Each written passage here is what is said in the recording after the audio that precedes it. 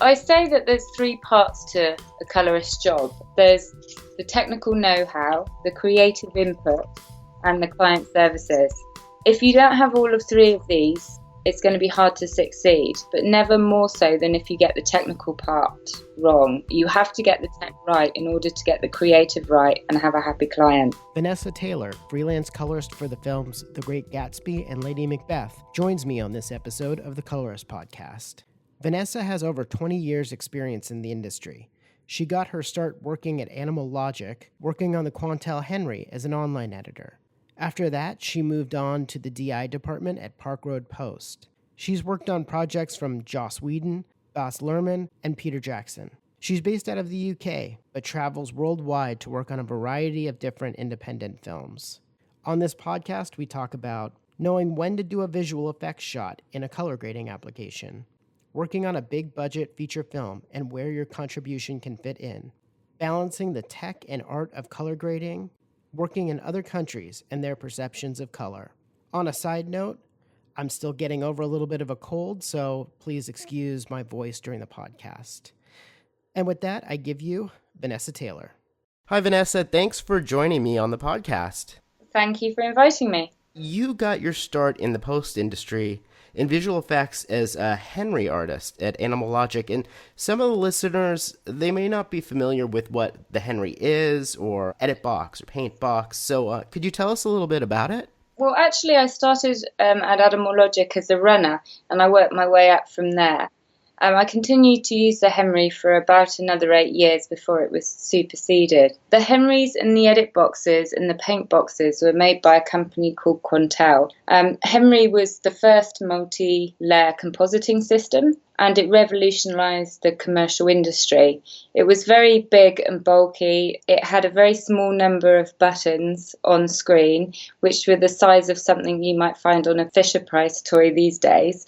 I look at old pictures of it, it just looks so old-fashioned now. Its reign at the top came to an end with the arrival of flame on the scene. Unfortunately, the architecture inside the Quantel systems made it a bit of a standalone island, and systems which were able to take advantage of more independent developers superseded it. So did you ever get a chance to go on to other systems from Quantel, like the IQ or EQ or Pablo? Yes, I did all of those, and I graded on Pablo as well. Actually, that's how I ended up at Park Road Post, was through the Quantel systems, because I was in Sydney doing Edit Box and Henry, and then Park Road Post opened up. So Peter Jackson bought the New Zealand Film Lab, and he was building this new North American type facility, Park Road Post, and they invested in some EQs, and I joined when the doors opened. There was an initial plan to do commercial work. At the time I was working on commercials in Sydney. Unfortunately, it was hard to pull agency folk away from going to Auckland and Sydney to windy Wellington. So I ended up in the features in the DI department. So later you did go into DI at Park Road Post. It really was because you knew Henry, just being around the Quantel, and they happened to need it that time. Yeah, totally. They needed an operator. That's why I ended up in that department. So the move into colour was definitely through changes in technology.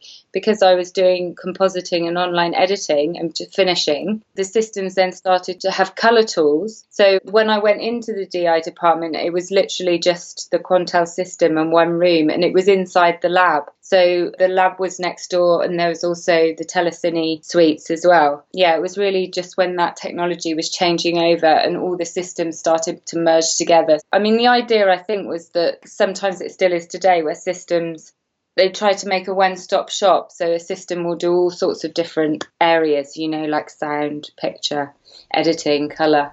Right, kind of like what, say, Resolve is trying to be today. Yeah, exactly. Resolve is really moving towards that. Also, Resolve Mystica is a similar system to that, the Pablo also. So what were some of the first projects that you worked on at Animal Logic? But I was assisting, so it was Optus and all those big, I mean, it was a very big visual effects, not like it is today.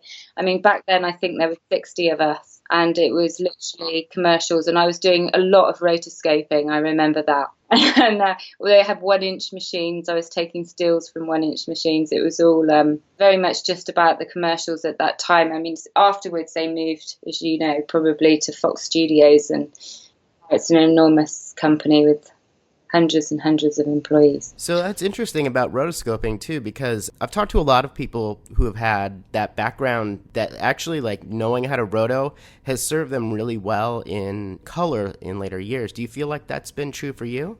Yeah, I mean, not particularly rotoscoping, but definitely keying, of course, and visual effects. I mean, visual effects requires a certain amount of color correction. So at the time when I moved from visual effects to color, I didn't see it as such a big leap. I actually viewed it as being a lot easier because I only had like one dimension to think about. But time has taught me otherwise, and I've spent hours and hours developing color grading skills. And I probably didn't feel confident until I graded about 20 films. I have realised since my success is partly down to those early years online editing and compositing. With the changes in technology in my background, I've been able to offer more of a service in the sense of finishing. You're the last person to touch. I'm going to reference film all the time because it's mainly what I do, indie films. You're the last person to touch that film before it goes to cinema. And part of a colorist's job is to be able to spot errors in visual effects and titling and all those kind of online skills because you are mastering the project. I often comment on visual effects as it's such a large part of the storytelling and I have that background.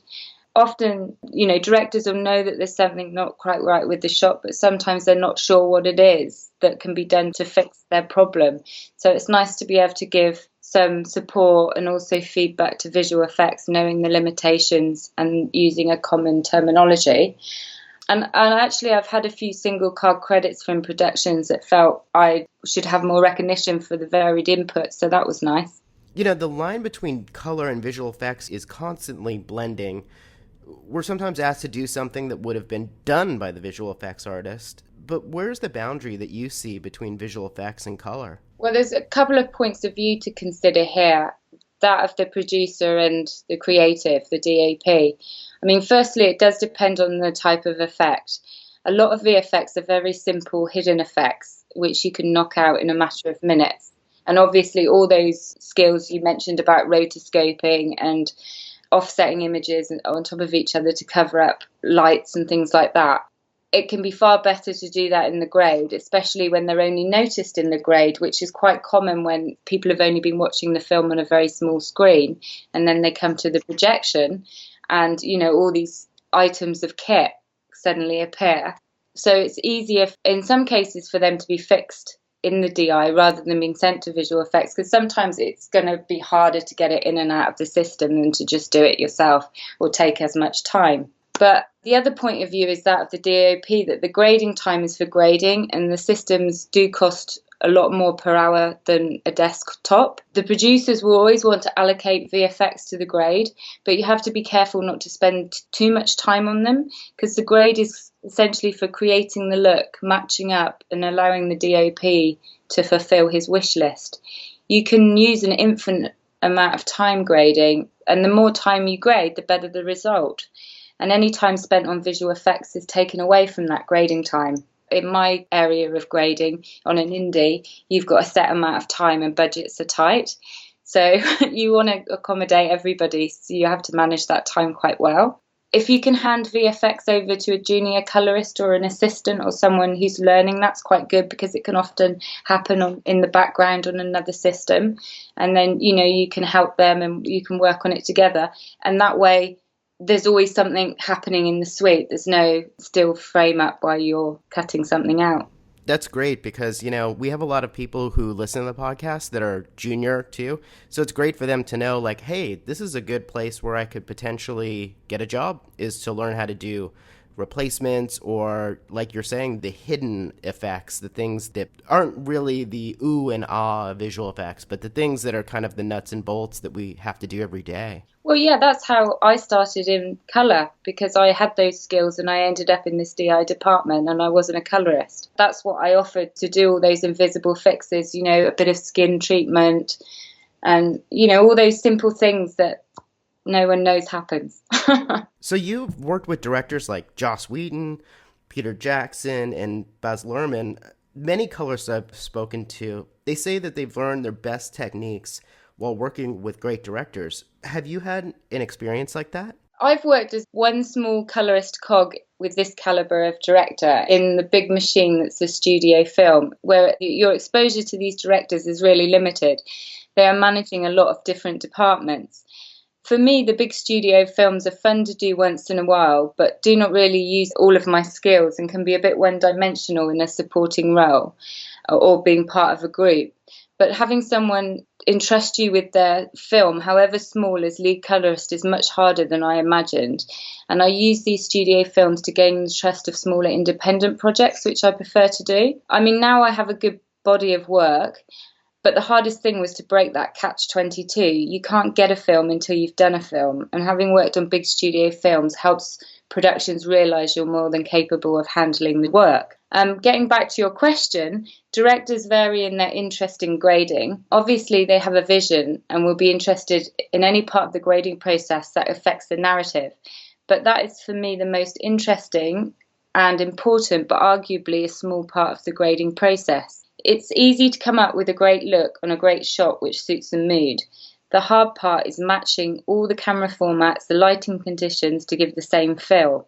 I think I've become a much better colorist through the relationships I have with DOPs.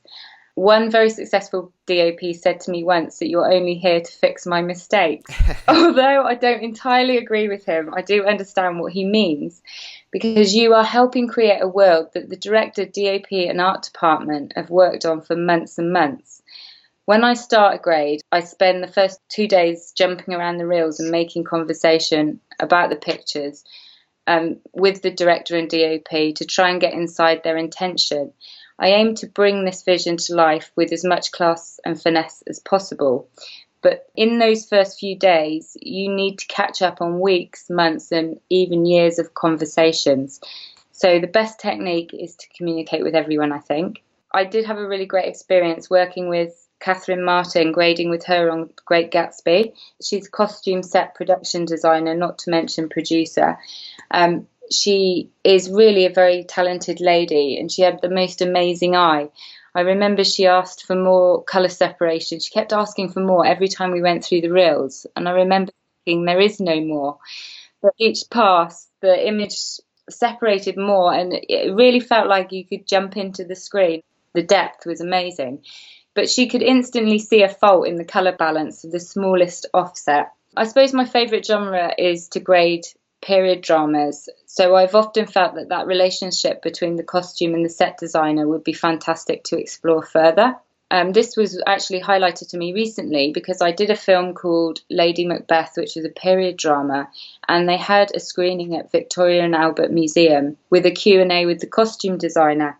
Now, they also had the dresses on display there, and interestingly, they were very different in texture and colour to how I'd rendered them. I mean, I'm very proud of the work I did on that film, but I think if I'd seen the dresses first and understood why they were chosen from a narrative point of view, I would have approached things slightly differently. Yeah, that's really interesting too, because everything that we do is based on a reference to another color. So say one of the best pieces of advice that I got was go outside and see actual real life, because you can't really color anything without any reference to what it should be. Oh yeah, totally. Look around. But what's really weird is if you start doing that a lot, you'll start to see things that you think, oh, I wouldn't have graded it like that. You know, sometimes reality can look different when you really look at it. It's very weird. But, you know, there are certain key things that we all know what they should look like. Yeah, skin is a big one, too. Like skin and people. People, grass is another one. Just things we see every day, and subconsciously we know what they're supposed to look like. So you've worked on many different color systems over the years, and do you think it's essential to try different software, and which one do you gravitate to? Yeah, I think it's really important to know other systems, even if you don't use them commercially. I always try to keep up with what the manufacturers are doing on all the systems, because by watching, say, a demo, it can spark an idea of how to use the system you are working on in a different way. Knowing multiple systems definitely helps you problem solve. Obviously, you're only going to know a couple of them really well, but I mainly use Baselight and occasionally Resolve. Baselight is a very dedicated specialist colour corrector, whereas Resolve I see is more of an all-round tool. Blackmagic are definitely moving in that direction with their new feature set, but pretty much the tools are all the same. It's all about the operator. Do you feel, though, that if you're on a base light as compared to something else, like say you came from, let's say, a Pablo, where having a tool available or something that is only available on a Pablo, like let's say Fettle curves or something like that, that's very specific to Pablo. Is there something that makes it different, that when that tool is just available, that it changes the way that you grade something? I'm always changing the way I grade on the same system, though. I'm always trying different things. So yes, there is Fettle, but that's curve grade in Baselight. So there's usually some similar tool in each of the systems. They might work slightly differently, and that's why I think it can give you ideas of how to use, using systems in a different way than what you usually do. I'm always trying to do things differently, and you'll find a way you like to do something for a while, and then you'll go off it and you'll think you found something better, and you'll do that for a while. It's good to move around all the systems, definitely. So do you feel like there's a color grading tool that you envision that hasn't been created yet? Not particularly, but there are tools on one system that I'd like to see on another, but that keeps it competitive. There are also a couple of old tools which I miss, like it's a really small thing, but I really liked having guide markers on a Omnitech, so on the scopes. I've had that in as a feature request for a while. The other thing, I keep meaning to set this up as a viewing format, but I'd like to be able to quickly change the image into monochrome. In the old days, the telecine rooms always had a little black and white monitor. It's much easier to see contrast mismatches without the chroma. So I'd quickly be able to flick with and without. I think this is especially useful when you're trying to match different camera types. Hopefully these days we're considered artists, but we're also considered technicians. Why do you think it's important to understand the science behind color grading as well as the art? I say that there's three parts to a colorist's job. There's the technical know-how, the creative input, and the client services. If you don't have all of three of these, it's going to be hard to succeed, but never more so than if you get the technical part wrong. You have to get the tech right in order to get the creative right and have a happy client. I'm not particularly technical, but you have to know a certain amount. If you do not treat the files correctly, you'll never get the best image from them. If the color space is twisted and broken, it will never look right. There are also ways of using this technical knowledge creatively. On a feature, I'll spend at least 2 to 3 hours before I start the actual grading, adjusting setups and trying different process trees and just getting to know the images. You need to know the image and its limitations before you can get the best out of it. Do you feel like there's a certain time when it's acceptable to break the technical rules, where somebody says, you're not supposed to do that with this image, but the end result is something that actually looks good? I'm a bit of a purist about this. I don't really like heavily graded images, or, I mean, if you could give me an example, I might like it, but I'm quite a naturalist in how I grade. I don't like to, I think a picture looks its best when it's kept the way it was originally shot. I had a vision in my mind about what that would be, and this is actually an old technique. Aidan Farrell is a colorist, and he has had some interviews saying he did a lot of telecine, and what he ended up doing was putting candy wrappers and tins and stuff like that actually directly in the telecine. And a lot of people might say, you're going to break $1 million machine here. What are you doing? But he had this vision about maybe some way that you could, hack the technical side of this with something more analog. So that's kind of what I had in mind as far as, somebody might say, technically you shouldn't be doing this, but the images, they look a certain way when you break the rules, I would say. Yeah, that's a nice example. And back in those days, I remember, that people were putting all sorts in telecines, rulers and whatnot. And but basically, it was capturing that movement of light. Whereas I was more referring to technically importing the files correctly, flagging them correctly, making sure, that the system knows the source and the method is all correct. Also, like one of the biggest technologies these days that affects colors today is HDR. Do you feel like this is going to change the way that we approach grading? Well, I'm not sure. In fact, I feel I'm not really qualified to answer this, but I do have a few things to say because I haven't had any hands-on experience and I've only seen the monitor. So you read a lot about how great the brightness and the contrast is, but isn't it relative? And on a technical level, I can see why it's impressive, but what does that mean for storytelling? So your eyes will naturally go to the brightest portion of an image, but it's very rarely that's where you want the viewer to look. I am usually trying to reduce the highlights and bright windows, for example. Obviously, it would be nice to have the detail in the highlights so that they don't go muddy. But how does this hold up with the rest of the image when it's reduced? How do we use this extra highlight in a creative way? Is it going to happen in camera? Would it be better if it happened in camera? I'm assuming it would. The other thing I felt when I've seen the monitors is the high contrast ratio gives a perceived sharpness. They look super sharp, but they're also displaying very high contrast images to show this dynamic range. But I'd be quite interested to see how it grades if you want to soften that effect. Maybe it's just that I think, maybe DOPs, do they have to shoot differently to maintain that filmic look? Because most of the time I'm trying to generate an image from digital that looks more filmic. And that means I'm normally attacking the highlights and trying to reduce them. So I don't know. I have more questions than answers on that one. Yeah. I guess our memory of film is very soft. So it's interesting that there is this sharpness to HDR. As a colorist, and you're doing a lot of indie features, you travel quite a bit as a colorist. And color can be really a subjective thing and even cultural. How do you deal with this when you're in other countries? And how do you deal with notes that may be lost in translation? Well, I guess the biggest difference between countries is the weather.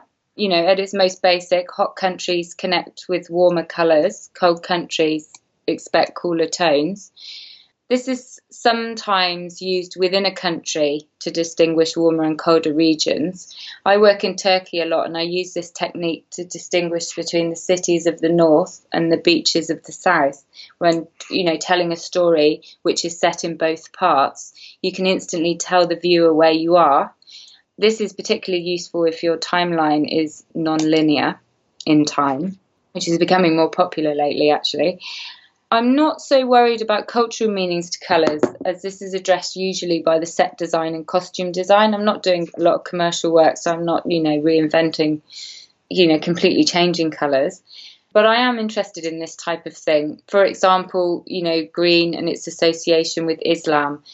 The Quran represents green as paradise, which is, I'm guessing, probably why most of the Islamic countries have flags with this green. But it's also a symbol of new life, nature, and growth in all cultures. Green's particularly interesting, actually, because it's got a bit of a split personality. It's also got connections to death and decay. And in the movies, it's always the poison, the colour of poison. The witch is green. Exactly. And with notes being lost in translation, I think you find a common language with the pictures. If you do your research and understand the story, then you're both looking at the same thing. If I work on a foreign film and I have the story, I always make sure I have the story told to me before I start, and I'll constantly ask questions through the grade. Usually the DOP or director can just point at an area where he or she has a note and I'll see what they mean. As you're working with people in other countries and stuff like that, more than most jobs in post, we're constantly performing. We're on stage. We're working in real time. It's one of the most interactive jobs. Are there certain things that you do to keep the session flowing and your clients happy? My mother was a hairdresser, and I joke that our jobs really aren't that different. We both create a look while keeping clients happy and relaxed, expressing their wishes, adding highlights, lowlights, and a final trim pass. But that is the part of the job which is the client services.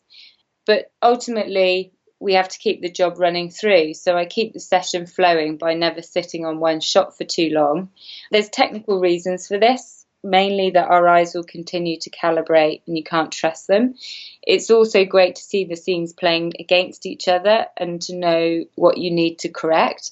But like not getting too deep into everything allows you to keep the conversations happening, and you'll talk about something unrelated to the grade, but then come back, you'll land on a shot where I have a question about anything about the production that's going to generate conversation, mainly between the DOP and the director about what was happening at that time, because sometimes you'll find out little snippets of information that they were in a rush, that he didn't get a light where he wanted it, that allow you to kind of massage the picture to be more in line with the narrative. The added bonus of all this talking and moving forward all the time is that ultimately the DOP and the director will always have parts of the image that they get hung up on.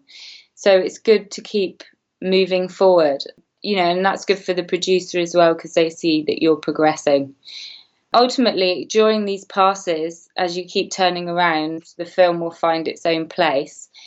How polished you end up getting to depends on budget, but the feeling of generating a feeling of the world that the film lives in and the flow of the storytelling, the most important thing, far more than the matching, actually. Don't get me wrong, you need to match, that's important.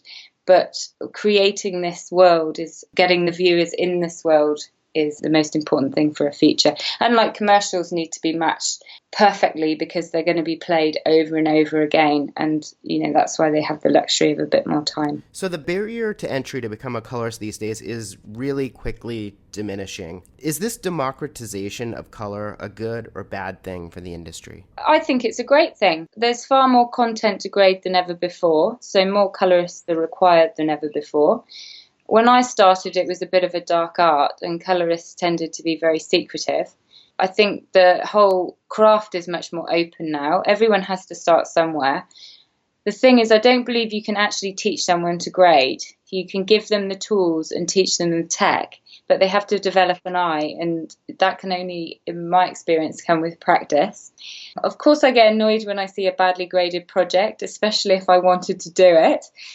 The worst thing you can do as a colorist is to bump someone out of the story by heavy grading and mismatching. But the producers have a big part to play here. I think the proof is in the pudding, and productions get what they pay for. But of course, some content is simply made on a shoestring, which is great for all the up-and-coming colorists. Yeah, that's one thing. I mean, I've fallen in that pitfall too in my early career, where you will overgrade an image just because you have so many tools available, and it's so tempting to throw them all in. But I think on the last podcast, a really great piece of advice was, just because you have every spice in your cabinet, you shouldn't put it into your soup. Yeah, that's very true. Every colorist overgrades at the beginning. They're always heavy-handed.